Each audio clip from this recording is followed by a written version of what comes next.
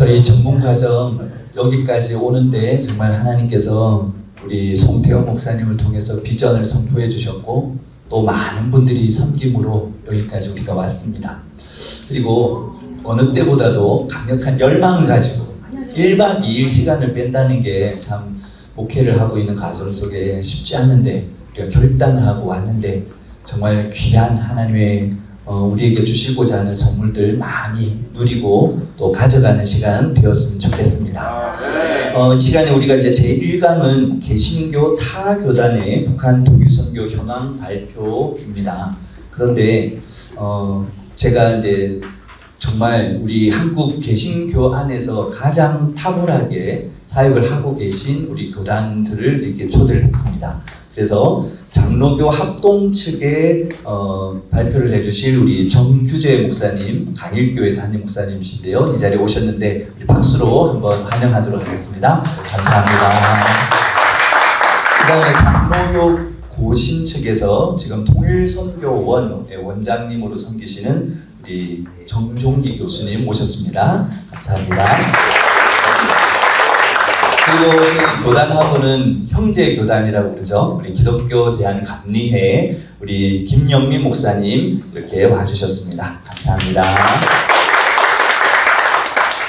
우선 각 교단에서 하고 있는 사역들을 한 25분 정도의 이렇게 설명을 쭉 이렇게 먼저 하도록 하겠습니다. 그리고 나서 브레이크 타임을 잠깐 갖고 그러면 그런 각 교단의 어떤 사역들이 어떻게 우리 기독교 대한장결교회와 함께 연합할 수 있을 것인가를 워크숍을 하는데 워크숍의 특징, 강의하고 다른 건 뭐죠?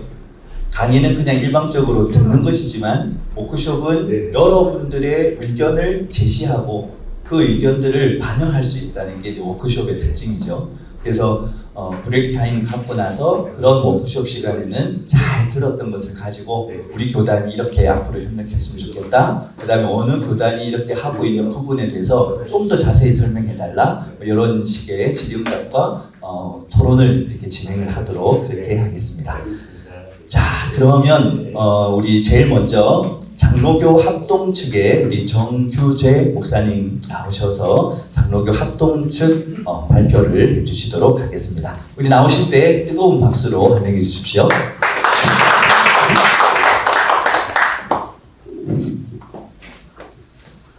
네, 오늘 귀한 말씀 또 귀한 격려사 또 우리 기도에 많이 도전을 받았습니다. 우리 기성교단이 참 앞서가구나 생각을 하게 됐고요. 많이 배울 수 있는 기회인 것 같아 너무 감사했습니다. 귀한 자리에 초대해 주셔서 감사드리고요. 저는 예장합동교단에 소속한 통일준비위원회 지금 전문위원으로 일하고 있고요. 또 전에는 이제 저희 교단 총회 세계선교회에 현장 선교사로 일하다가 한국에 들어왔어요. 그래서 제가 여러분들과 오늘 나누는 거는 저희 교단의 전부는 아니고요. 저희 교단이 통일선교를 각계전투식으로 열심히 하기는 하는데 허점도 많고 문제점도 많아서 저희들이 연약함을 제가 보고 경험한 것을 나누고 오늘 이제 우리 감리교나 고신총회 참 잘하시거든요. 이런 분들 좀 배워서 저희도 적용하려고 지금 사실은 왔습니다. 사실 저보다는 저희 교단에 더 귀한 일에 헌신하신 분들이 많고 더 귀한 그 강의를 해주실 수 있는 분들이 많은데 우리 오성원 목사님하고 제가 좀 친하다는 이유로 오게 됐습니다. 이해해 주시고 저희 교단의 전부는 아닌데 그러나 제가 한국에 들어온 지 한 11년 차 되거든요. 10년 정도 됐는데 그 과정에서 제가 저희 교단을 통찰하며 본 내용들을 여러분에게 소개하도록 그렇게 하겠습니다. 여러분 통일을 원하십니까? 아멘입니다. 네, 우리 오늘 최진선 목사님 말씀에 제가 보조를 받았습니다. 하나님이 우리에게 땅을 차지하라 그러셨는데 그 땅은 단순히 부동산이 아니죠. 하나님 나라죠. 며칠 전에 얼마 전에 제가 큰 교통사고가 났어요. 제 평생에 처음으로 에어백이 위아래가 다 터져가지고 제가 낭떠러지에 떨어지기 직전에 차가 나무에 걸리는 바람에 살았어요. 여러분 앞에 있는 것이 하나님 은혜인 줄로 믿습니다. 네. 근데 제가 그 생명의 위협 가운데 이런 마음이 들었어요. 제가 그날 저 서울 영동교회라고요. 영동교회라고 고신집 교회에 우리 정종기 교수님이 참 아끼는 그런 교회, 또 전날 교수님이 또 통일코리아 대회 말씀도 해주시고 브라질 가시고 나서 제가 오대원 목사님 대신으로 대타로 이제 제가 강의를 잘 하고 또 반갑게 우리 김동춘 선생님이시라고 목사님인데 연변에서 같이 사역했던 동지를 만나서 즐겁게 회호하고 이제 저녁에 돌아오다 큰 사고 당했어요. 한편 생각하면 목회만 잘하지 뭐 네가 뭘 잘났다고 통일선교까지 뭐 일하냐 이런 생각이 불현듯 들면서 야 내가 죽으면 아직 장가가지 않은 아들이 있는데 너 어떻게 할 거야 하는 생각이 들면서 내가 쓸데없는 짓 하고 다니는 건 아닌가 이런 생각이 들었어요. 여러분 한국에 있는 많은 분들 특별히 10대나 20대들은 통일을 원하지 않는데요. 왜요? 먹고 살기도 바쁘고 애 낳아도 키우기도 어렵고 현실적인 문제들이 도래하니까 그래서 통일선교 현장에 가면 대부분 다 머리 허여신 분들이 많아요. 훈련도 잘 안 받으시고 그런데 병원에 이제 누워 있으면서 하나님이 그런 마음을 주셨어요. 너는 천국에 먼저 가고 제가 이제 통일을 보고 싶지만 통일을 못 봐도 우리 자녀들이 살아갈 세대는 통일 코리아가 돼야 되지 않겠느냐. 우리 자녀들에게 믿음의 유산 헤리티지를 물려줄 때 오늘 목사님 말씀하신 대로 땅을 차지하라 했는데 땅을 차지하리라 했는데 그 땅이 하나님의 나라요 하나님의 영원하신 기업이란 말이죠. 그러면 우리 자녀들을 위해서 지금 내가 좀 힘들어도 이 일을 해야 하는구나 하는 그런 마음 앞에 서서 오늘도 부족하지만 이 자리에 선 줄 믿습니다. 네. 그래서 저는 10대 때 받은 꿈이 있어가지고요.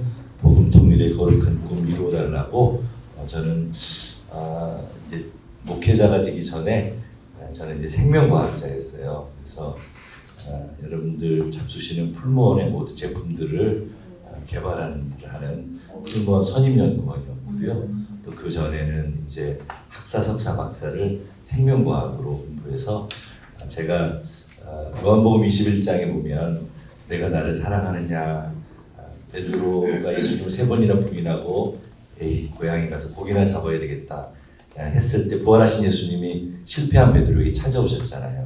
그리고 베드로에게 질문하신 다음에 내 양을 먹이라 하셨잖아요. 그래서 저는 그 말씀을 그 하나님의 어린 양을 내가 목사님도 아니고 하니까 그때는 책임져야 되겠다. 어떻게 해요? 육체의 먹거리, 육신의 먹거리로 책임져야 되겠다. 그래서 이제 생명과학을 공부하게 됐고요. 그래서 식품회사에 들어가서 또 일하게 됐고 그 전에는 농업과학원에서 일도 하기도 했습니다. 그렇게 이제 꿈을 꾸다가 김진경 총장님을 만나게 돼가지고 제가 평양과학기술대학의 설립위원으로 이제 가게 됐고요. 그리고 그 일을 위해서 연변과학기대에서 일을 하게 됐습니다. 왜냐하면 평양에 다이렉트 못 들어가니까요. 그래서 현장에 가서 한 10년 정도 사역을 생명과학자로 하게 됐는데 이제 은사님이 저한테 평양 들어가려면 아무래도 신학 공부를 좀 하고 가면 좋겠다. 하나님을 더 깊이 알고 가면 좋겠다. 그래서 사실은 MDB 3년을 한국에 중간에 나와가지고 하고 안수를 받고 이제 들어가게 되었는데 처음에 이제 노무현 대통령 때까지만 해도 한국 국적의 남한과학자로 들어가게 해주겠다 그러셨는데 저는 이제 못 가게 됐어요. 정권이 바뀌면서 그래서 이제 한국으로 나오게 됐고요. 제 꿈이 이거였습니다. 그러니까 여러분들은 통일 한국의 초대 장관이 될 뻔한 사람을 만나고 있는 거예요. 네. 제가 이야기를 하는 이유는 그만큼 통일 한국에 대한 꿈을 가지고 열심히 현장에서 사역을 했던 저였는데 제가 2012년도에 저희 교회로 부임하게 됐어요. 저 이렇게 우리 기성교단의 통일선교훈련원처럼 저희 교단에도 단기선교훈련원이라는 통일선교는 아니고요. 세계선교의 평신도들을 세운 훈련원에 제가 몇 차례 이렇게 강의하러 나갔다가 저희 강일교회 청빙을 받게 됐어요. 사실 제가 한국에 올 이유가 없는데 왜 왔는가? 저는 그저 빨리 북한에 가고 싶은 마음만 가득했는데 왜 하나님이 한국 교회로 보내셨는가 생각을 해보니까요. 하나님이 저한테 그런 마음을 주셨어요. 너 훈련 받지 않고 무조건 열심히 나갔잖아.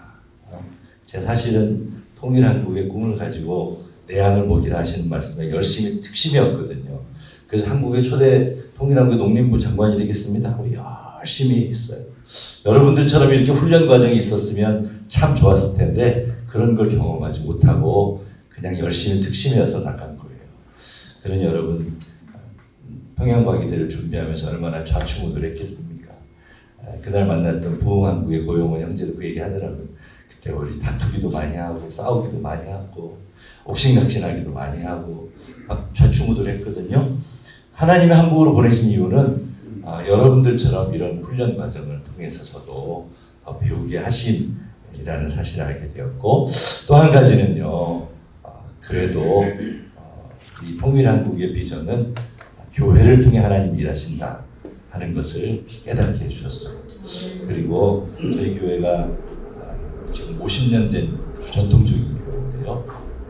제가 통일한국을 위해 이 전통적인 교회를 통일선교 지향적 교회로 바꿔가는 일을 하나님이 저에게 주신 사명으로 받고 저는 통일한국을 위해 한국에 와서 교회를 담임하면서 배우고 또 훈련받고 그래서 하나님 저희 교회를 마음껏 쓰시고 또 저도 잘 훈련되어져서 다시 저 무너진 아까 우리 천상만 목사님 선배님이신데 대학 선배님이신데 선배님이 기도하셨던 것처럼 또 우리 북한 땅에 세워졌던 그 교회들이 다시 회복되려면 우리 한국 교회가 깨어야 될 것이라는 사실을 알게 해주셔서 제가 여러분 한국에 돌아와서 지금 만 10년 막 지났고요.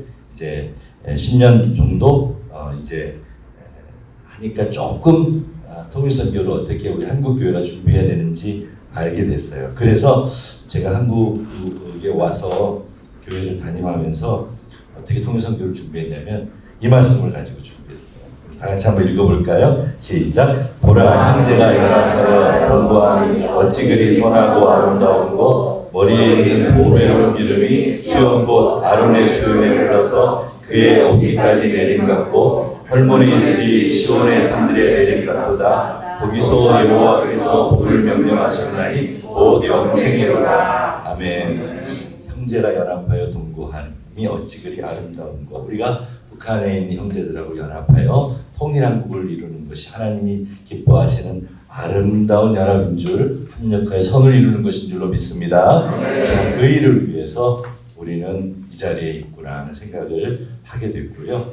그래서 저는 우리 교단의 연합을 위해서 굉장히 노력을 했습니다. 저도 이제 저희 교단 소속 멤버니까 한국교회 작은 하나의 교회지만 교회가 하나님 일할로 썩어지면 많은 열매를 맺을 수 있다고 하신 말씀처럼 그래서 여러분들 텍스트북 교재 보내드렸지만 저희 교회에서 행사란 행사는 다 주최했어요. 마음껏 우리 교회 쓰십시오. 특별히 저희 교단에서 사역했던 이제 두만강 압록강변의 북한 선교사들이 2000년 여러분 한 7, 8년 전에 막 추방이 되셨잖아요. 그 비자발적 철수를 하게 됐잖아요. 그때 다 저희 교회로 모이셨어요. 모여가지고 추방되신 아픔과 상처 다 치유하고 회복하고 그분들이 집이 없으면 집도 마련해드리고 월세방도 지원해드리고 하여튼 있는 힘을 다해서 지원을 해드리면서 우리 제가 한국에 와서 목회를 해보고 총대도 나가보니까 우리 교단은 다 큰 교단 12,000교회가 넘는 교회를 갖고 있다고 하지만 다 각계 전투고 뿔뿔이 따로 국밥이더라. 그래 우리 이 한국에 하나님이 왜 보내셨겠습니까? 선교사님들 압록강변, 두만강변 그 3,300리 길에서 열심히 북한 선교하다가 왜 하나님이 갑자기 보내셨겠습니까? 갑자기 어느 날 주방 나가라 그랬겠습니까? 저는 하나님의 주권적 섭리 아래 뜻이 있다고 생각을 합니다. 그래서 시진핑 욕하고 북한, 중국 욕할 게 아니라 우리 힘을 모아서 한국에서 연합을 해보십시다. 그래서 이 말씀을 부여잡고 저희 교회가 북한 선교하시는 주방대 선교사님들을 다 초청해가지고 그들을 위로하면서 어떻게 하면 연합을 할 것인가 노력을 하게 됐습니다. 그래서 탄생한 게 이제 GNN이라고 해서요. GMS 글로벌 네트워크를 만들었어요. 그러니까 쉽게 얘기하면 북한 선교에서 하던 분들이 한국에 돌아왔으니까 이제 한국 내에서 북한 선교, 통일 선교를 향한 구심점 역할을 하십시다. 이제 그렇게 해서 만들어진 게 이제 GNN입니다. 예, 요 밑에 보시면 북한 선교 글로벌 네트워크라고 해서 GNN을 만들게 됐어요. 이게 저희 교회 본당이거든요. 근데 이제 그렇게까지 했는데 그 이유가 바로 여기 있습니다. 보세요. 저희 총회 통일준비위원회가 있어요. 지금 총회장님이 서기일 때 제가 통일준비위원회 전문위원이어서 모시고 독일까지 가서 독일 통일선언문도 낭독을 하고 제가 다 초안을 만들었거든요. 그때 이제 지금 한국교회 총연합회 사무총장이신 신평신 목사님하고 제가 학생 때부터 청소년 때부터 학생신앙운동을 우리 고신교단에서 SFC고 저희 교단에서 SC라고 하는데 같이 했거든요. 그래가지고 그분이 이제 제가 목회할 때부터 저희 교회 합동 목사, 선교 목사로 계시면서 지속적으로 한교총이 일할 수 있도록 그 이제 그때는 저희 교단 총회본부에 계셨으니까 그래서 그 총회에서 열심히 통일준비위원회를 만들어서 사역을 했는데 문제는 제가 이제 지면에는 쓰지 않았어요. 통일준비위원회 1년 예산 2천만 원밖에 안 됩니다. 그만큼 정치적인 특별위원회지, 정치적인 특별위원회지 이게 어떤 우리 고신총회에서 만든 통일선교원 같은 상설기구가 아닌 겁니다. 그저 정치적 목적을 따라 총회장이 되면 너 해봐 이렇게 또 다른 이익을 향해 가는. 그러니까 총회에서 운영되는 통일준비위원회, 뭐 다른 교단 통일대비위원회 이렇게 말씀하시더라고요. 또 여러분 총회세계선교회 GMS 선교사님들은 후원교회, 파송교회가 후원해서 현장에서 발로 뛰는 현장 사역자들입니다. 저도 그랬으니까요. 저도 오륜교회 파송으로 나갔으니까요. 오륜교회 파송 현장 선교사일 뿐이지 뭐 정치적인 힘은 하나도 없는 거예요. 그리고 청신대학교에는 그때까지만 해도 이 통일개발, 지금 현재 있는 통일개발대학원이 없었습니다. 그저 평화통일연구소라고 해서 최경희 교수님 혼자서 연구소를 꾸리면서 그렇게 할 정도였으니까 저희 교단이 규모만 컸지 쟁뱅이었습니다. 아무것도 안 했다. 하지만 시편 133편 1절로부터 3절 말씀처럼 여러분 머리에 있는 보배로운 기름이 헐몬의 이슬이 흘러내려서 우리 한반도에 있는 영혼들이 다 구원받고 영생을 받아 천국 백성이 되게 하려면 우리가 형제가 연합하여 동거해야 되는데 우리 교단도 하나가 안 되는 거예요. 요즘에 남북 통일은커녕 남남 갈등 때문에 진보와 보수 때문에 어렵잖아요. 예전에는 안 그랬을까요? 영원한 갈등으로 힘들었었어요. 예전에는 안 그랬을까요? 노론 소론이 대립해가지고 당파 싸움하느라고 우리나라 힘들었거든요. 지금 우리 교단도 그런 상태인 거죠. 연합이 안 되는 거예요. 그래서 GNN을 만들어서 연합하게 하자. 그리고 이제 아무래도 저희가 통일 신학이나 개혁주의 선교 통일에 관한 그런 기준 또 이론을 만들어야 되게 제가 참 신기하죠. 제가 일부러 그렇게 한 건 아니에요. 2000 우리 시카고 서밋이 2019년도에 있었죠. 추석 무렵에 시카고 주빌리 서밋이 있어서 제가 시카고에 갔는데 추석 무렵이어서 제가 마침 시간을 내기가 좋았고 또 원로 목사님께 설교 부탁하고 갔어요. 근데 우리 오성훈 목사님이 저하고 하광민 교수님을 룸메이트로 묶어놓으신 거예요. 하광민 교수님은 이제 시카고에서 박사학위 하고 한국으로 들어와서 사랑의 교회에서 주빌리를 섬기고 북사목을 섬기다가 이제 생명나래 교회를 개척을 하고 그런 이제 시간에 제가 둘이 밤새도록 토론하다가 우리 총신대학교 안에다가 평화통일개발대학원 같은 거 하나 만듭시다. 제가 제안을 했어요. 근데 그 황금 교수님은 이제 교수시기도 하지만 통일신학의 전문가긴 하지만 정치력은 사실은 없었던 거죠. 아까 우리 유 목사님 같은 이런 분이 굉장히 귀한 분입니다. 사실은요. 왜냐하면 여러분 이 총회에서 영향력을 발휘해서 어떤 기구를 만드는 것이 굉장히 중요한 일인데 한광민 교수는 이론은 탁월하지만 그런 정치력은 없고 또 그렇게 할 만한 능력이 안 되는데 마침 그렇게 의논을 밤새 꿈을 꾸다가 한국에 돌아왔는데 총신대학교 기획실에서 저한테 연락이 온 거예요. 새로 총장님이 바뀌었는데 우리 교회 와서 한번 설교를 하고 싶다는 거예요. 웰컴했죠. 그 총장님은 이제 지금 아마 한국 총장님 중에 유일하게 맹인이시거든요. 눈이 안 보이시거든요. 그 총장님이 이제 오셔서 이제 설교를 하실 때 제가 연변과기대에 있었고 평양과기대 설립위원회 있다고 얘기하면서 총신에도 이런 게 하나 있으면 좋겠습니다 얘기를 했더니 목사님 내가 목사님 스카우트 하겠어. 하나 합시다. 그래서 이게 만들어진 것입니다. 할렐루야. 네, 하나님은 꿈을 꾸는 자의 기도에 반드시 응답하시는 하나님이신 믿으시기 바랍니다. 그래서 만들어졌고 이제 하광민 교수님을 거기에 이제 교수로 추천을 하게 됐죠. 여러분 그렇게 해서 만들어졌어요. 이제는 뭐가 문제일까요? 저렇게 만들어졌는데 이 GNN이 초대 회장을 하셨던 강한길 선교사님이 CC 출신이시고 또 이 현장 사역에 오랜 경험이 있었던 분인데 그만 현장에서 중국에서 오랫동안 사역하시는 동안 지병을 앓게 되셨고 결국 순교하시게 됐어요. 그런 바람에 GNN이 거의 유명무실해지게 됐어요. 그래서 어떻게 하면 좋을까 고민하다가 이제 코로나가 한참 진행 중인데 코로나 기간에 우리 정베드로 목사님하고 제가 의기투합해가지고 이 통일을 준비하는 목회자 모임을 만들어서 같이 통목회를 만들기 시작했습니다. 그리고 이제 내일 호랑이를 잡으려면 호랑이굴로 들어가야 되잖아요. 그래서 저는 사실은 통일선교에 집중하려고 노예 서기도 했지만 노예장도 일부러 안 하고 또 총회 총대로도 일부러 안 나갔어요. 한두 번 나갔지만 그리고 정치하고는 무관하게 오직 목회하고 통일선교에만 온 힘을 다하겠다. 그렇게 생각을 했는데 안 되겠더라고요. 제가 정치 일선에 들어가야 될 것 같아서 다른 이유는 없어요.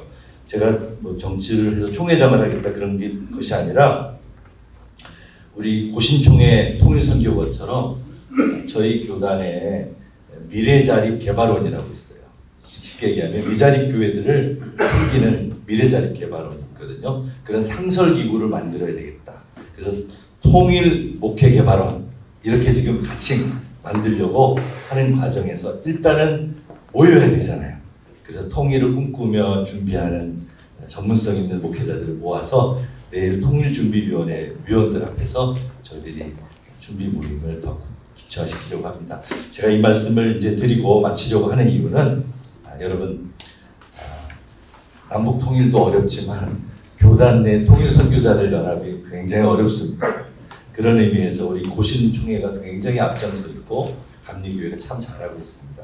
우리 기독교 성결교단도 너무 잘하고 있고요. 제가 오늘 와서 도전 많이 받고 많이 배우고 있습니다. 여러분들의 앞장선 프론티어 사역을 벤치마킹해서 저희 교단도 올해 안에 혹 늦으면 내년에 제가 통일목회개발원을 만들려고 기도하고 준비하고 있습니다. 정치를 하려고 하는 게 아니라 정치를 통해 호랑이를 잡으려는 그런 현장으로 들어가려고 합니다. 여러분 저희 교단의 민낯을 보여드려 송구합니다만 그러나 현실은 어쩔 수 없고요. 오늘 이어서 발표하신 분들의 강의를 제가 잘 벤치마킹할 계획입니다. 이상으로 합동총회 하랑 보고드립니다. 마치겠습니다. 고신총회가 1976년도에 교단적으로 발표를 한 내용이 이제 고신교단 내의 선교는 크게 세 부분으로 나눈다. 첫째는 해외 선교, 둘째는 국내 선교, 세 번째는 공산권 선교.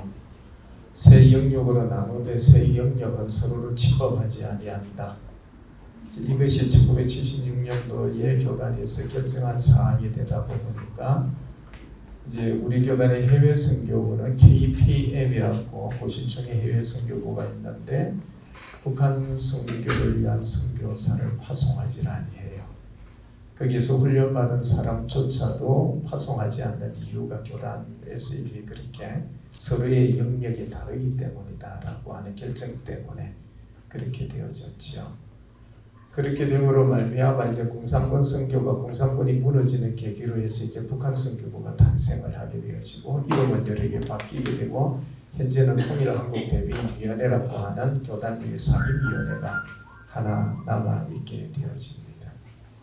이제 여러 가지 과정에서 3년 전에 이제 어떤 일이 있었느냐 하면은 그렇다고 하면은 교단 내에서 북한 선교부가 통일한국대비위원회가 있기는 합니다만 유명무실해져 이런 상황에서 교단의 북한 선교는 어떻게 해야 될지 실제적인 면에서 이제 각 노예에서 질의가 이제 올라오게 되어지고 해외 선교부인 KPM에서는 북한 선교사 파송은 어떻게 해야 될 것인지에 대한 질의가 이제 올라오게 되어져요. 다시 말하면 해외 선교안에 북한 선교 포함됩니까? 포함되지 않습니까? 라고 하는 질의가 되는 거예요.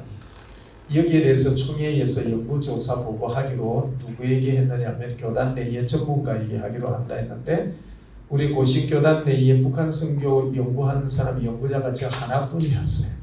그래서 저는 이제 액체 아신대의 북한 선교학과 교수로 있으니까 교단 내에 일을 하진 않지만은 교단 소속으로 있다 보니까 저에게 이제 연구 용역이 온 거예요.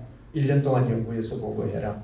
3년 전에 이제는 그 영역에 대해서 연구해서 이제 세미나와 여러 가지 공청회를 통하여서 제가 제안했던 것이 뭐냐면 우리가 합동측을 벤치마킹하자. 그때의 합동측이 1년 전에 뭐가 나왔냐면 GNN이 설립이 된 거예요.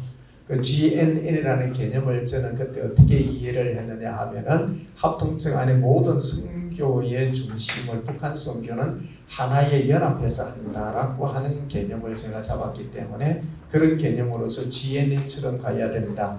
그러면 GNN처럼 가기 위해서는 어떻게 해야 될까라고 하는 것이 제안한 것이 정치적 집단이라 그래 이 표현을 할게요. 총회 내에서는 어차피 정치적으로 1년에 한 번씩 자리가 돌아가는 상임위원회니까요. 상임위원회가 하고 있는 역할은 그대로 하고 현재 하고 있는 일은 그대로 하고 KPM에서 하는 역할을 그대로 하되 상임위원회에서 하지 못하는 이 대외적인 전체의 역할은 이제는 GNN처럼 하나의 기구를 세우는 것으로 하자. 근데 이제는 합동측에서 GNN은 GMS 안에서 있는 세계선교부 안에 있는 기구로 따로 모임을 이제는 그들끼리의 모임만 갖는 것으로 되어져 있다면은 이것은 그렇게 하지 아니하고 KPM이라고 하는 해외 선교부와 이제는 교단 내의 상임위원회가 연합해서 하나의 기구를 독립해서 만들자라고 제안을 했는데 이것이 총회에서 허락이 되어진 거예요.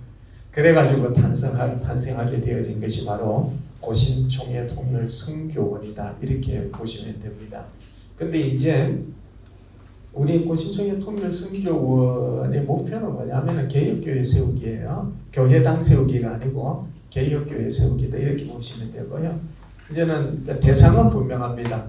무슨 대상을 하느냐 하면은 북한 주민들을 대상으로 우리는 하는데 북한 주민들을 네 가지 형태로 우리 그렇게 보고 있습니다. 하나는 북한 내지 주민들, 두 번째는 북한에서 살지 못하고 나온 탈북자들, 그리고 세 번째는 그 탈북자들 가운데 한국으로 들어온 탈북민들, 한국에서조차도 살지 못하고 나가 있는 해외에 살고 있는 탈북 난민, 결국은 모두가 이제 북한 주민이라 보고 우리의 초점은 이 북한 주민들에게 있다. 그렇게 보시면 됩니다. 이제 사실 이제 저는 이제 여기 들어오게 된 비하인드 스토리가 조금 있기는 합니다만은 교단 내에서 이 기구는 이제 세워지고 허락은 되어졌습니다만은 조건 하나가 있었습니다. 그 조건이 뭐냐면은 기구는 이제는 그 상습 기구는 세워주되 교단에서 후원은 하지 않는다. 이것이 하나의 조건이었습니다. 그래서 자생해라. 자생을 하는 데 있어서 여기서 이제 문제가 하나 생긴 것이 기구는 세워졌는데 기구를 누가 이끌어갈 것이냐. 정치적으로 계속해서 그러면은 상임위원회에서 누군가 한 사람 나와서 이제는 1년씩 자리를 맡아 돌아갈 것이냐. 그렇지 않으면 KPM 안에서 선교사가 나와서 어떻게 하나에 할 것이냐 하는 이런 문제를 가지고 있었는데 이 고신총회 통일 선교는 전문직이기 때문에 이거는 상임위 이제는 풀타임 사역자가 아니면 안 된다라는 결론을 이제 내리게 된 거예요. 그러면 누가 들어올 것이냐라고 했을 때 총회에서 이제는 다시 말하면은 이제 월급이 나오질 아니하니까 자비량이 돼야 된다. 그래서 총회 안에서 자비량으로 와서 일할 사람을 손들으라 그랬더니 아무도 들질 아니하는 거예요.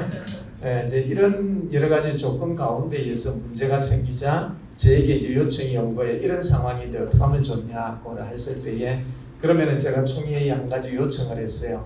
여기에 들어올 사람을 KPM, 우리 이제 KPM이라는 해외 선교부에 북한 선교사로 파송을 해서 KPM에서 이제는 원장으로 파견하는 걸로 하자라고 했더니 좋은 제안이래요. 근데 문제가 하나 생겼습니다. KPM 선교사가 되려면은 한국 교단 내에서 KPM 선교사 되기가 제일 까다롭습니다.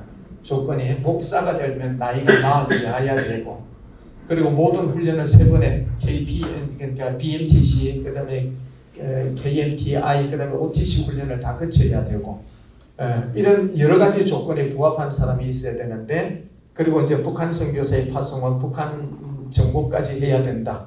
아무도 없죠. 이제 그런 상황에서 이제 저에게 이제 부탁하는 것이 그럼 교수님이 와서 해줄 수 있느냐 했을 때 그럼 내가 부합하냐 했을 때 저는 KPM에서 훈련을 다 받은 사람이고 우리 교단에서 파키스탄으로 파송을 했던 사람이거든요. 그러니까 모든 조건이 다 맞으니까 그러면은 저에게 지금 있는 모든 거 교회 다니는 거 학교 다 내려놓고 올 수 있느냐라고 해서 이제 그러면 조건을 제시했죠. 우리 교단 KPM에서 교단 내에서 결정이 되지는 아니었지만 이걸 완전히 파기하고 KPM에서 북한 선교사 파송을 1호로 해주면은 내가 하겠다라고 했는데 허락이 돼서 이제 2년 전에 북한 선교사 파송을 받은 거예요. 그러면 이제 이 위에 우리 교단에서는 KPM에서 북한 선교사는 지속적으로 파송이 가능하게 되어졌다 이렇게 보시면 될 겁니다. 어쨌든 그런 여러 가지의 일 가운데에서 이제 원정 자리로 들어오게 되어졌는데 와서 보니까 문제가 하나 있었어요. 참 저는 이제 학교에서 가르치다 보니까 북한 선교 전략을 연구하고 가르치는 사람인데 우리 교단이 어떻게 해야 될 건가를 고민하고 들어왔는데 보니까 제일 큰 문제가 어떤 전략을 가지느냐가 문제가 아니었어요.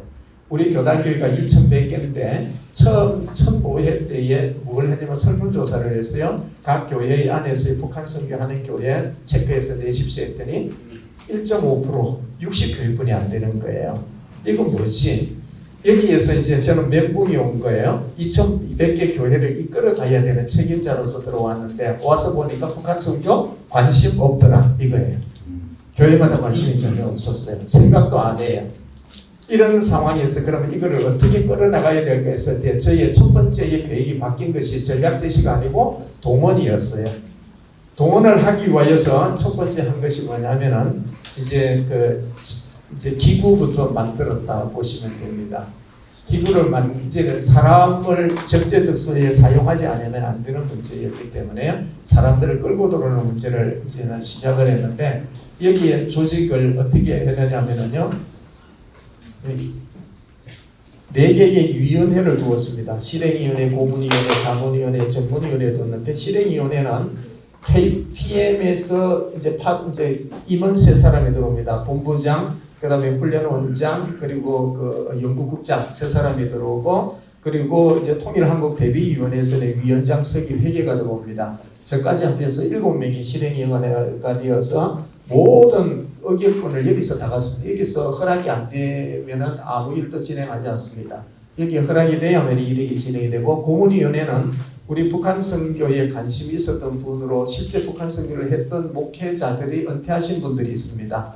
이제 그 안용훈 목사님, 이성구 목사님, 김철봉 목사님 이런 분들입니다.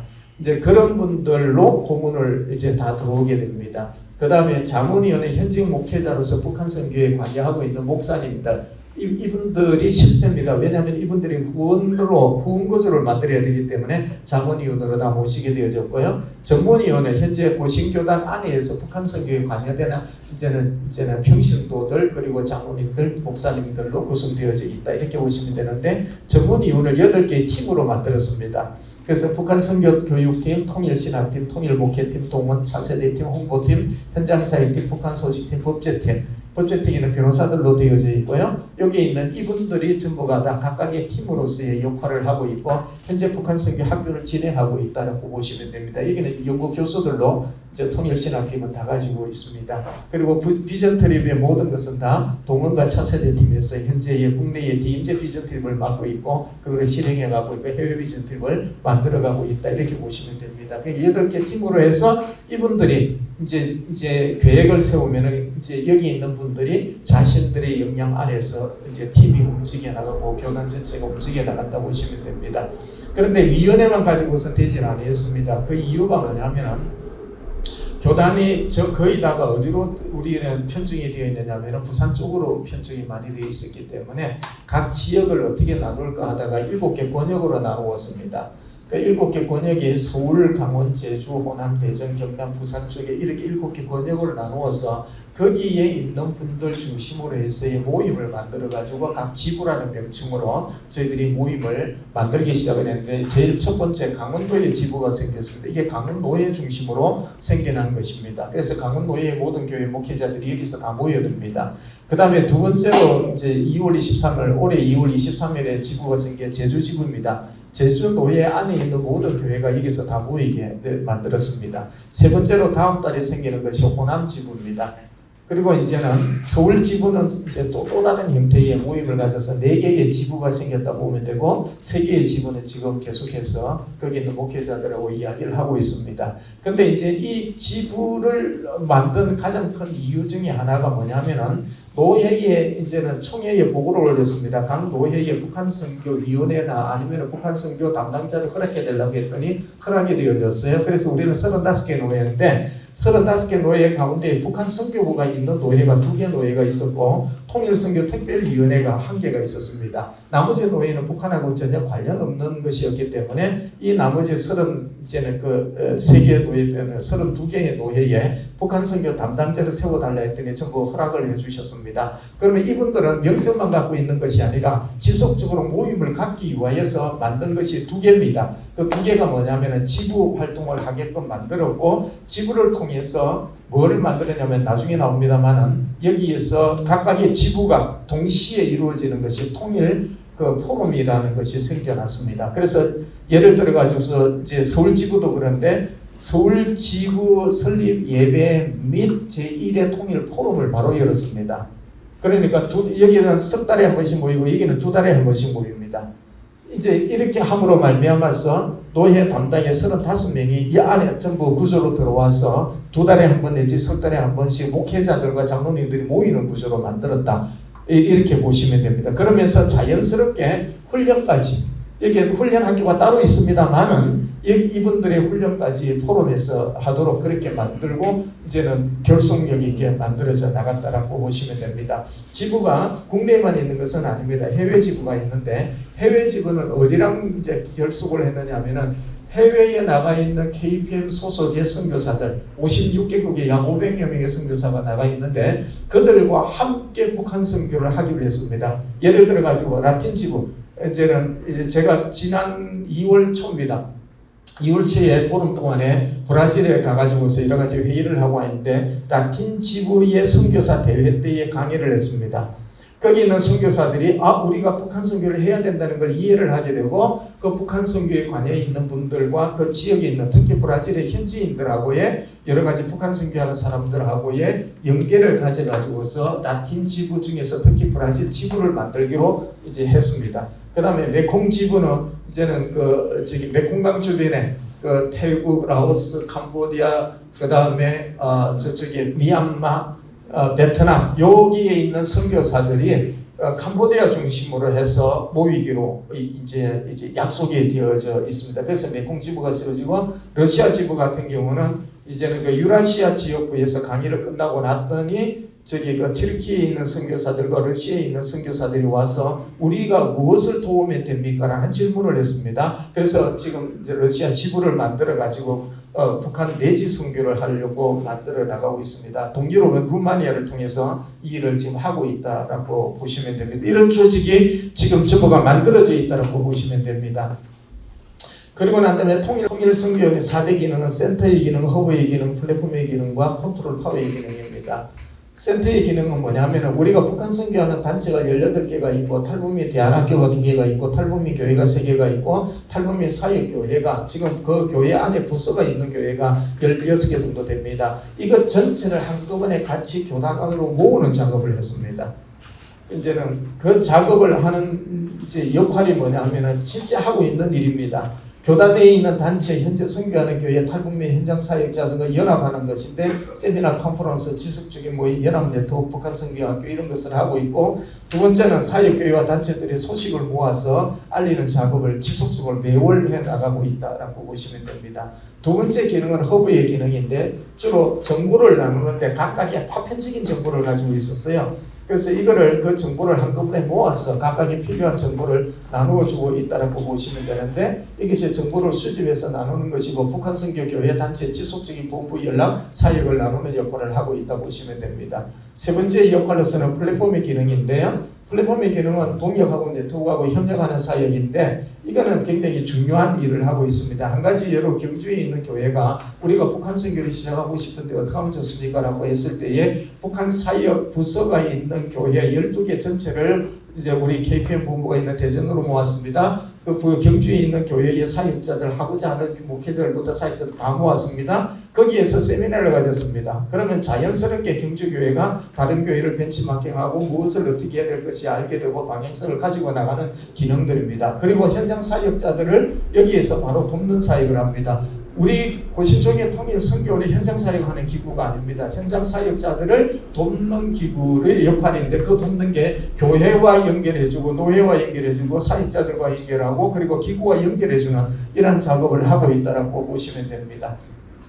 그 다음에 네 번째는 컨트롤 파워의 기능인데요. 사실은 이 컨트롤 파워의 기능이 굉장히 중요합니다. 이제는 대외적인 모든 부분을 여기서 다 맡고 있기 때문에 그렇습니다. 우리 교단이 무슨 연락이 오면은 사무총장이나 각각의 기구에서 고신총회 통일 선교로 다 연락이 옵니다. 그러면 대외적으로 모든 거 다 여기에서 다 컨트롤을 해 나간다라고 보시면 됩니다. 그 중에 하나가 파송을 여기서 하게 되는데 어디랑 함께 하냐면 고신총회 그 해외 선교부회와 같이 파송을 하게 되어집니다. 근데 여기서는 지금 하나를 따로 더 구상하고 있는 것이 있습니다. 이제 KPM 파송은 굉장히 어렵다고 말씀드렸죠. 이거는 한국교회에서 같이 제일 어렵다고 보시면 되는데 그러면은 나이가 드신 분들은 이게 파송이 안 됩니다.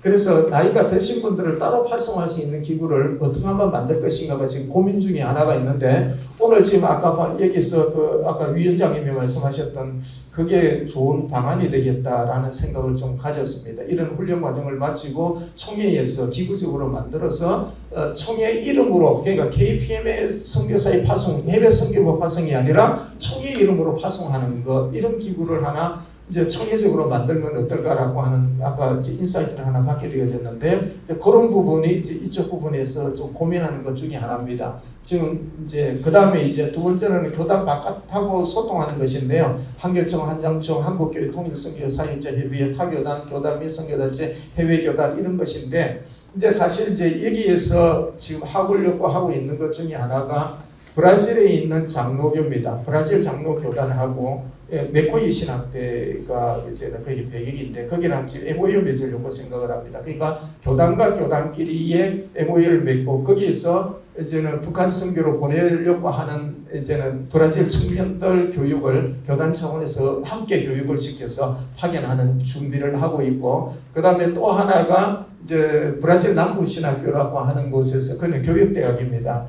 거기에서는 동아시아 연구소를 함께 만들기로 했습니다.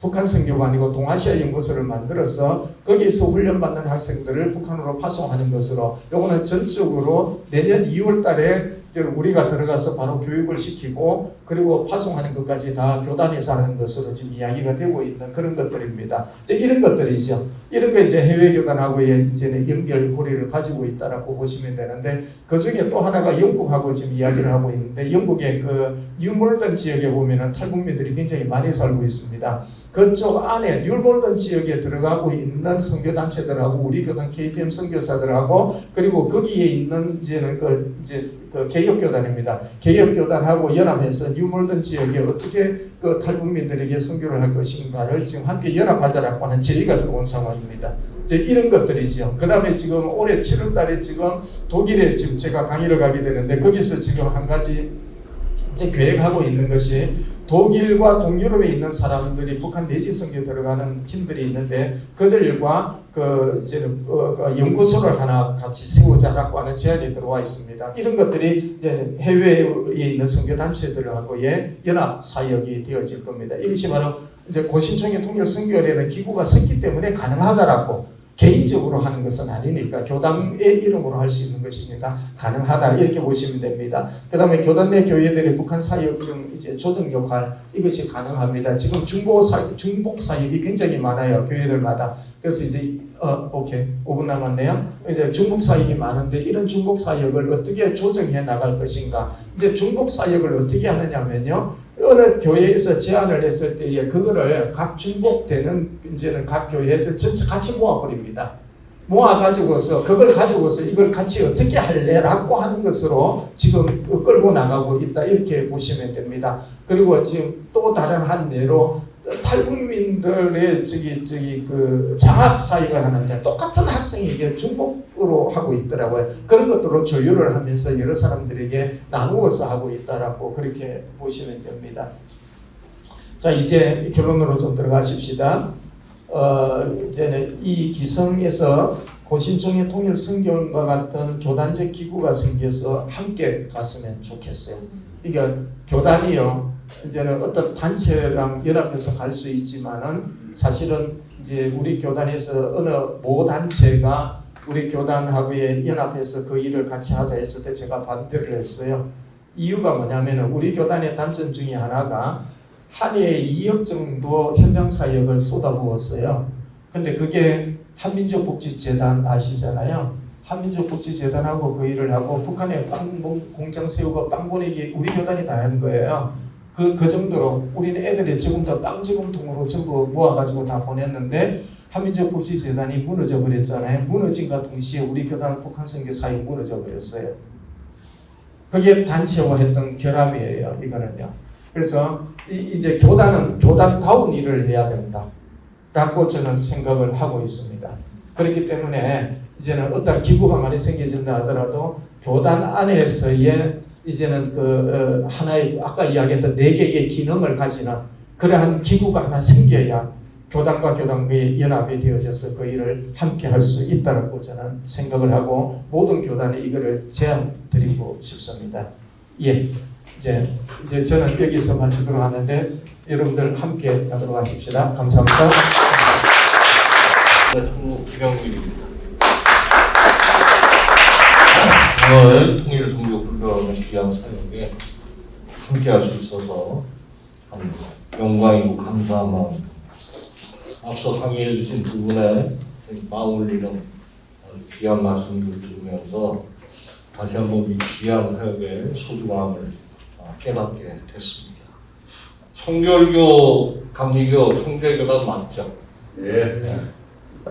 저희 처가 지금 성결교 출신이고 저희 처가가 지금 사위가 감리교 목사임에도 불구하고 성결교에 열심히 출석하고 있습니다. 또 저희 매제에는 고신대학에서 박사학위를 성교학 박사학위를 마쳤고 뭐 이렇게 연결이 다 되는 것 같아요. 지금 소부연회는 북한과 동국 삼성의 선교를 그리고 두고온 교회 재건을 담당하고 있는 그런 감리교 안에서 감독 회장 직속으로 있는 그런 조직입니다. 기독교대학감리가 하면 전에 한 400여 개의 교회 그리고 한 50여 개의 기도처가 있었어요.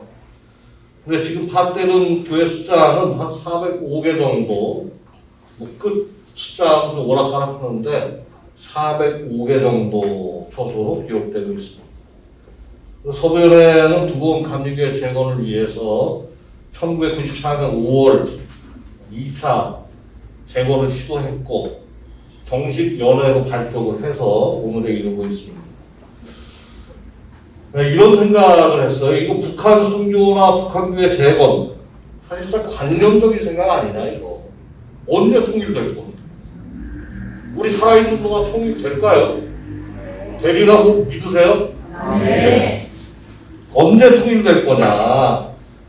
여러분들 북한 사역의 전문가시고 전부 반전문가로 계실 거고 할 텐데 통일이 언제 될까? 우리가 살아있는 동안 되기는 될까?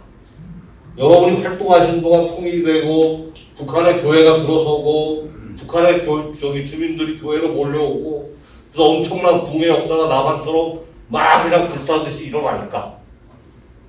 이런 의구심을 좀 가졌던 적이 있어요.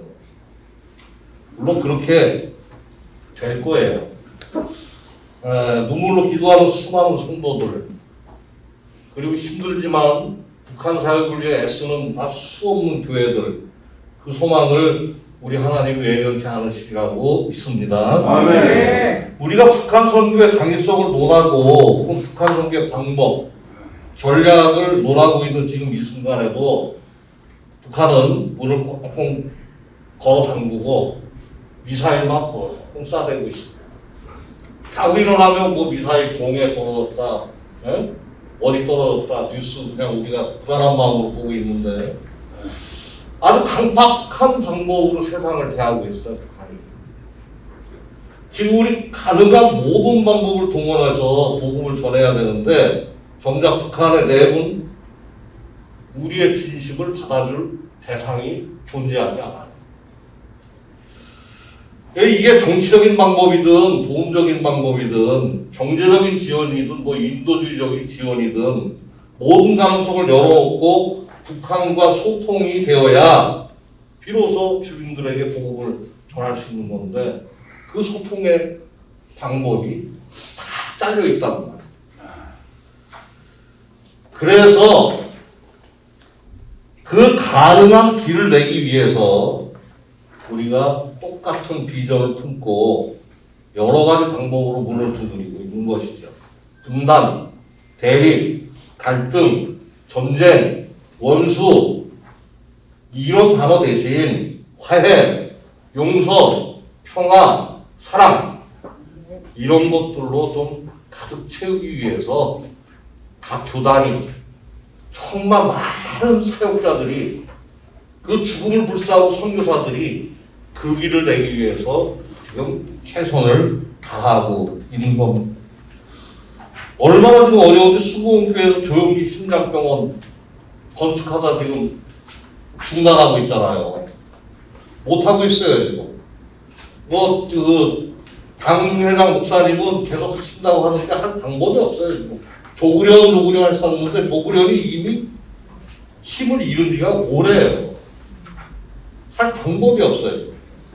그럼에도 불구하고 이영 목사님은 어떻게든 그것을 완성시키겠다고 지금도 열심히 그 길을 뚫고 계세요. 아마 지난주에 통일부 장관도 만나고 뭐 여러 가지 그냥 노력을 하신 모양인데 해야 되니까 해야 할 일이니까 막혀 있어도 열심히 지금 하시는 거예요. 저희 교단이 미보도를 전제로 대북 영양 지원 사업을 13년 만에 완수를 해냈어요. 얼마 전에 완수를 해냈어요. 참 힘들었어요. 코로나 때문에 막힌 장애들 일단 배가 가면 공해상에 3개월 이상 둥둥 뛰어놓고 방역 다 해야 되고 코로나 검역만 하는 게 아니고 원숭이 두창 검사까지 다 끝나야 이 배가 갈 수 있다. 배도 그냥 한 번에 왔다 갔다 하는 게 아니에요. 들어가면 하역하고 또 소독하고 머물렀다 허락받고 또 나와서 중국 가면 중국에서 또 초독하고 씻고 허락받고 이러고 와서 또 공회상이 떠 있고 이런 엄청난 과정을 겪으면서 겨우 이제 완수를 했는데 2011년 이후 대북 지원 사업 완전히 스톱됐었죠. 또 어느 교단도 어느 단체도 할 수가 없었어요. 지금 저희 교단이 실시한 이 일로 인해서 아마 조그맣게 문이 이렇게 열려진 것이 아닌가 그렇게 자평을 하고 있습니다. 3월 2일 말 평양조선중앙통신에 조선노동당 중앙위원회 제7차 전원회의 보도가 있습니다. 북한이 지금 농촌혁명 강령 실천이 실현되도록 생산성을 최대한 강화해라. 김정은 교시예요. 교시는 뭐 목에 칼이 들어와도 항해해야 돼. 개성 인근에 아사자들이 넘쳐난다는 뉴스 여러분들 들으셨을 거예요. 아마도 북한 당국이 미사일에 집중하는 그 대신 아사자가 점점 더 늘어나지 않을까 이런 생각을 하면서 조금 안쓰럽기까지 하더군요. 저희가 파악하고 있는 대북 민간 지원단체가 180여 개 됩니다. 여러분도 잘 알고 계시지만 그 중에 10년 넘도록 아무 활동도 못하고 그냥 이름만 갖고 있는 그런 단체들 거의 태반입니다. 그 활동하고 있는 그 단체들은 온전한 단체냐? 그 단체들 중에 참 이런 말은 제가 이해하기 좀 어렵겠지만 이 부럽고 타는 사람들도 굉장히 많이 있어요. 저희 사무실에도 많이 와요. 황당무계한 사업 내용도 있고 결국 얘기를 끝까지 듣고 나면 돈 나가네. 아주 자신의 이익을 위한 이기적인 계획서를 작성해 놓은 사람입니다. 맞습니다. 며칠 전에도 왔다. 여러분이 잘 알고 계시겠지만 현재 북한에서 나와 있는 많은 파견 인력들 북조선 당국이 폐쇄 정책 쓰기 때문에 달러벌이 나갔던 사람들도 못 들어가고 있어요. 일단 중국에 머물도 남쪽 삼국에 머물고 있습니다. 그런데 저희 정부로 보면 3월과 4월 내에 귀국명령이 내려지고 아마 그들에게 새로운 교시나 새로운 활동 내용이 전해질 걸로 그렇게 예상을 하고 있습니다. 그래야 대북사업, 향후 대북사업에 가닥이 잡힐 것 같아요. 이 대북사업과 관련해서 감리에는 그 시작이 인도적 지원의 거점은 개신교가 되어야 된다. 이게 아주 그냥 저희의 이 머릿속에 꽉 박혀있는 생각입니다. 인도적 지원, 거점, 종교계, 그 중에서도 개신교회, 여기가 돼야 된다. 그렇게 시작점에 놓여야 지속 가능한 사업 시스템이 만들어지고 한반도에 사랑 공동체가 실현될 수 있기 때문에 그래요. 북한에서 현재 다른 어떤 조직보다 개신교를 조금 신뢰하는 편이에요. 그래도 김일성의 멘토 역할을 했던 손정보 목사님 지금도 그 기념식을 조그맣게나마 하고 있어요. 그리고 보수교단에서도 조금 이렇게 어떻게 생각하실지 모르겠는데 옛날에 그 무리칸 목사님 어느 정도 역할을 하셨잖아요. 이 평화 분위기에 대해서. 그 때문에 유별난 거부감을 느끼고 있지는 않은 것 같아요. 개신교 그리고 목사들 하는 그런 활동에 대해서 그 외국에 나와 있는 현장 활동가들이 굉장히 신뢰하고 협력을 하려고 합니다. 감리교가 그 영양 사업을 마치기 전에 통강냉이를 통일부에 지원하겠다는 제안을 했어요. 그래서 지금 그 사업을 1차, 2차, 3차, 4차까지 제안을 해놓고 모금을 지금 완료해 놓은 상태입니다. 그 후에 아까 저기 빵 공장 말씀하셨는데 북한의 빵 공장, 국수 공장이 거의 지금 서 있죠. 멈춰져 있죠. 왜 그럴까요? 밀가루가 없진 않아요. 당분이 없어요. 쿠바에서 무상원조를 계속 받아왔었어요. 근데 쿠바에 보냈다 돌아올 배에 기름값이 없는 거예요. 당분을 끌어올 데가 없어요, 지금. 그래서 저희가 필리핀의 비사야 쪽에 네그로스라는 섬이 있는데 그것이 사탕수수 원산지예요.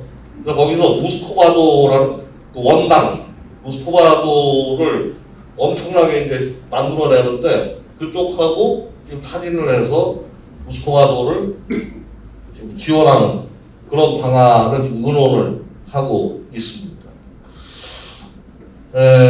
저희 그 서구연회의 중점 사역이 직접 선교 사역. 그 중에 제일 중요한 것은 인도적 지원 사업이고, 그 다음에 다치기 전까지 청양신학원을 합작해서 건설하고 운영을 했었어요.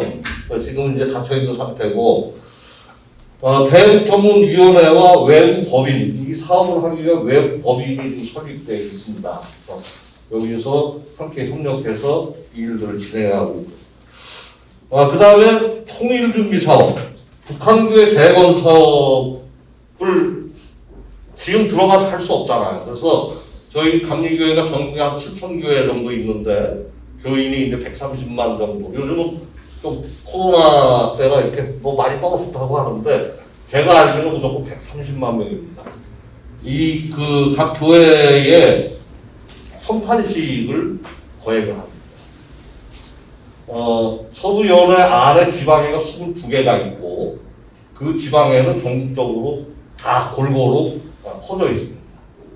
한 지방이 북한의 한 지역을 맡아서 그곳을 위해 기도하고 나중에 그곳 재건하기 위해서 모금도 하고 기금도 형성하고 그래서 그 기금이 형성되어 있는 액수가 지금 상당한 걸로 알고 있는데 안 알려줘요. 얼마가 모였는지 아무리 알려고 해도 알 수가 없어요, 이거. 그 기금 적립을 하고 서구연회대로 다시 북한교회 재건을 위해서 기금을 적립하고 있습니다. 현재 이 현판식은 성결교가 80개 정도 북한에 들어왔다고 했죠. 저희가 지금 한 110군데 정도 현판식을 진행을 했어요. 한 교회가 두고 북한의 한 교회를 직접 만든 거예요. 현판을 붙이고 그 현판을 들고 나면서 보고 기도할 때마다 그 교회를 위해서 기도하고 그 교회를 만약에 통일이 되면 우리가 가서 모여진 기금으로 우리가 재건하겠다 결심을 하고 그 사업을 지금 지속적으로 하고 있습니다. 딴 교단도 마찬가지겠지만 뭐 세터민 위한 사업은 저희도 계속 진행하고 있는 거고요. 감신대 안에 한민족 통일 선교대학원 개설해서 진행하고 있고요. 통일대비 사역자 양성 하고 있습니다. 그리고 가장 중요한 거, 아까 뭐 앞서서도 우리 교수님 말씀하시는데 이 인식전환 사업이 굉장히 필요한 것 같아요. 저희는 3.1절, 4.1절, 8.15 성탄절이 되면 감독회장 명의로 전국에 서식이 나갑니다. 북한 이탈주민 그리고 북한교회 재건을 위한 헌금을 공동적으로 하도록 해서 그 기금이 서구연회로 돌아오도록 그런 시스템을 갖추고 있습니다. 또 전체 감리교회는 다 참여하도록 유도를 하고 있습니다. 평화통일기도회와 정책 세미나를 매년 이제 몇 차례씩 갔는데 아까 말씀하신 그 탈북 루트나 이런 것들이 이제 그 기도회의 중요한 장소가 되고 그다음에 정책 세미나는 앞으로 또 훌륭하신 분들 모셔서 여태까지 쭉 진행을 해왔는데 더 모셔서 특대해서 하려고 하고 이제 대북사업을 하다 보니까 통일부나 다른 기관들하고 관계를 안 할 수가 없잖아요. 여러 가지 좀 하고 있는데 조금 시간이 있죠. 넘어야 할 산이 있어요. 이게 무조건 하고 싶다고 해서 되는 게 아니고, 제가 몇 가지 좀 이렇게 적어왔는데, 첫 번째는 국제 제재입니다. 이 국제 제재로 인해서 국제사회의 대북 인도 지원이 크게 차질을 빚고 있습니다. 앞서 설명도 했지만 운송 문제, 송금 문제, 그 다음 북한은 제일 꺼리는 게 북한이 개입되었다는 사실이 밝혀지는 걸 굉장히 꺼리고 있어요. 얼마 전에 한국에서 통일부에서 대북 인도 지원한다고 100억을 너희들 갖고 왔으면 너희들이 해봐. 우리가 할 길이 없으니까 해봐. 몇 개 단체가 통일부에 가서 그 돈을 받아왔죠. 근데 그 관련된 그 품목 중에 유독이 콩기름이 많았어요. 아무튼 콩기름 합의서가 통일부에 무지하게 들어갔어요. 그 중에 두세 개 단체가 받아서 했는데 아마 제 생각에는 브로커들한테 걸린 것 같아요, 이게. 네. 그래서 뭐 일부러 반환도 하고 뭐 이제 난리가 이제 났었는데 이걸 국회에서 감사할 때 정보를 요구하잖아요. 또 국회의 요구에 통일부에서 자료를 안 줄 수 없으니까 준단 말이에요. 이거 이만큼 했습니다. 그럼 국회에서는 그걸 받고 보안 유지가 지침이었는데 지침대로 하면 되는데 기자들보다 발표를 팍 해버려요. 남한에서 콩기름 이렇게 지원 땡 하고 그러면 중국이나 북한에서 그 일을 직접 담당했던 사람들은 이게 난리가 나는 거예요. 이게 자기들 생명과 직결돼 있고 왜냐하면 북한 수뇌부에서는 절대 그런 일 없도록 하라고 철저히 그렇게 지시를 했는데 이게 이렇게 막 밝혀져 올라오니까 이런 것 때문에도 이제 문제가 많이 됩니다. 그리고 두 번째는 한국 정부의 정책 혼선 내지는 깜깜한 정보력이에요. 국제적으로 인정되는 인도에 대해서 투명하게 추진해야 되거든요. 인정되는 건 투명하게 해야 돼요. 임산부, 영유아 등에 대한 취약계층 우선적으로 지원하는 거 허락해야 돼요. 인도적 지원 우선입니다. 아무것도 못하고 있고 있는 사업도 제한심에서 사실상 다 지금 현재는 손 놓은 상태예요. 민간이 하겠다 해도 쉽게 허락을 안 해줘요 지금. 우리가 너희를 못하고 우리가 대신할게 해도 안 해줘요. 유일한 방법은 제가 생각하기에 유일한 방법은 바로 종교, 교회 여기서 뚫고 나가는 수밖에는 다른 방법이 없단 말이에요. 세 번째 여론입니다. 북한이 남한의 경제대상이라는 응답자가 22년에 73% 미사일을 막 쐈잖아요. 금년으로 4% 증가했어요. 그러니까 옛날에 얘기하고 북한은 주적이다. 아주 그냥 저것도 생존 못할 인간들이다. 이런 생각이 점점 높아지고 있는 거예요. 그러니까 우리는 북한을 상대로 선교해야 될 사람들이고 북한 주민들과 함께 그들을 위해 기도해야 될 사람들이고 그들을 그냥 살아가면서 북한 교회 재건을 해야 될 사람들인데 여론이 자꾸 이렇게 치고 나오니까 점점 제약을 받을 수밖에 없는 그런 상황이죠. 그리고 아까 말씀드렸지만 보안 유지가 생명인데 경쟁하듯이 보도를 해버리면 이것도 큰 문제가 된다는 얘기죠. 그 다음에 제일 중요한 건 마지막으로 무분별하고 무책임한 지원입니다. 통일부 담당 과장을 제가 지난달에 만났어요. 면담을 했는데 저보고 그래요. 목사님, 어느 단체에서 옥수수를 보냈는데 허락해달라고 해서 보냈는데 빵통이라고 그러죠? 거기서는 기차 빵통에 옥수수 통학량이 실었는데 국경을 넘어갔어요. 단동 철길을 통해 넘어갔어요. 도착해서 빵통을 열었어요. 뭐가 나왔을까요? 쓰레기가 나왔어요. 쓰레기. 이런 일들이 비일비재한 거예요. 그래서 뭐라고 요구를 하냐면 이제 보내더라도 퀄리티를 좀 높여서 예? 그 사람들도 또 인격적으로 좀 대우할 수 있게 이거 주고도 오히려 감사하는 그런 격이 되니까 절대 그렇게 하시면 안 됩니다.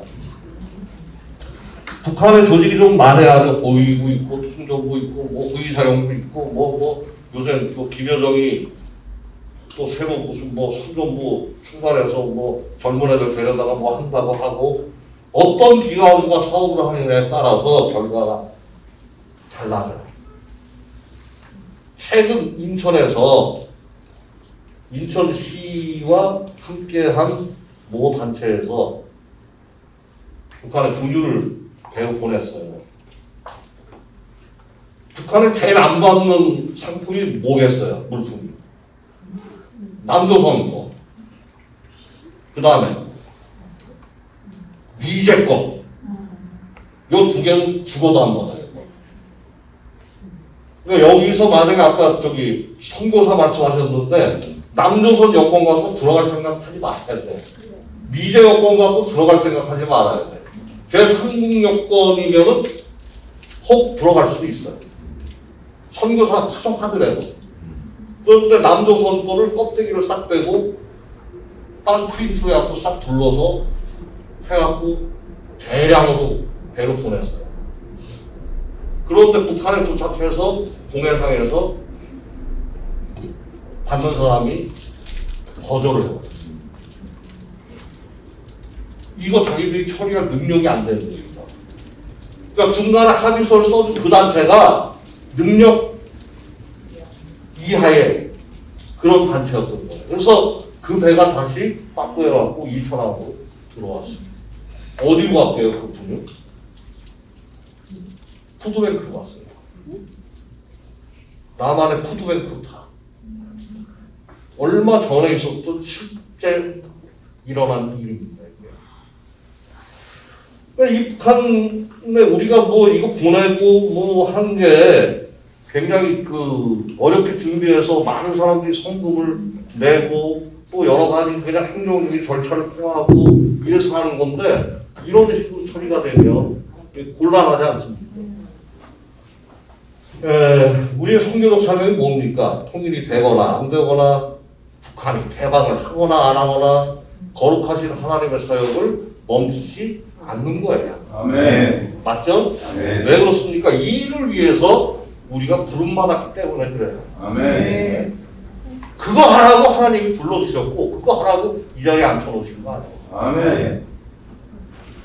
우리 영원 전부터 영원까지 역사하신 우리 하나님께서 우리에게 이 거룩한 사역을 맡겨주셨는데 나 한 사람은 미천하고 부족하지만 사명을 맡겨주신 이의 뜻을 받들어서 이 거룩한 일 위해 협력한다면 하나님이 이뤄주시겠어요? 안 이뤄주시겠어요?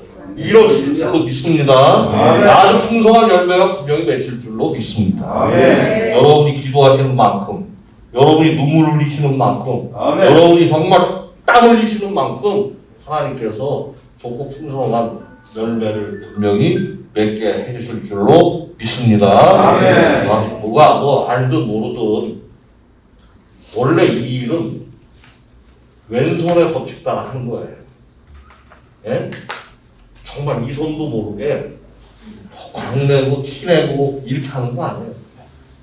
모르게 하는 거예요.